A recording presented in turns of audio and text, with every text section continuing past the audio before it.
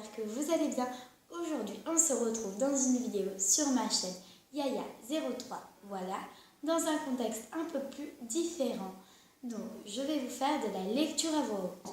Mon livre s'intitule Les babeurs tribords et les pirates fantômes.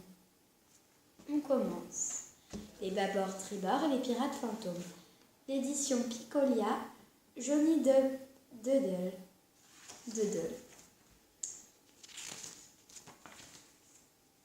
Oh, prologue. Isséo, sous la pleine lune, nous fendons les flots. Votre or et votre argent, nous les prendrons pour remplir notre cale du plancher au plafond. On nous croit maudits, morts et enterrés. Pendant que vous dormez, on cherche la clé. Oh, Isséo, sous la pleine lune, nous fendons les flots. La quille de la barque s'enfonce dans le sable et creuse un profond sillon. De lourdes bottes en cuir touchent le sol sans faire de bruit. Tous à terre, nous saillons.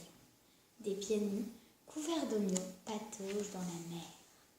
Suivez-moi, bande de loups de mer. Notre butin se cache au cœur de ces eaux. On arme les pistolets, on brandit les couteaux.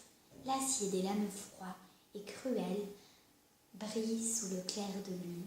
Une masse d'ombre sombre, au roulant de sel de mer, déferle sur la plage, gravit les marches et disparaît dans les ruelles d'un nuit-sur-mer, éclairé par la lune. Chapitre 1. Au musée.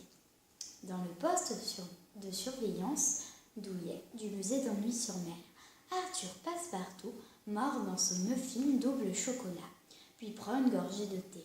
Délicieux ce thé, marmonne-t-il des miettes de muffin détrempées plein le menton. Ce travail de gardien de sécurité est le meilleur emploi qu'Arthur ait jamais eu. Du thé à volonté, autant de muffins qu'il le désire, sans sa femme pour lui rappeler que le bouton de son pantalon ne ferme plus.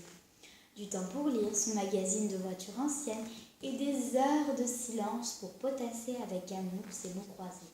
Et, comble du bonheur, il ne se passe jamais rien à un nuit-sur-mer. Crac. Qu'est-ce que c'était? Bing. Sûrement un chat dans la ruelle, gourmèle Arthur.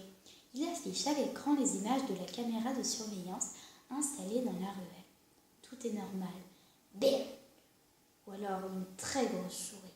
Bon, je ferais mieux d'aller voir, se dit-il.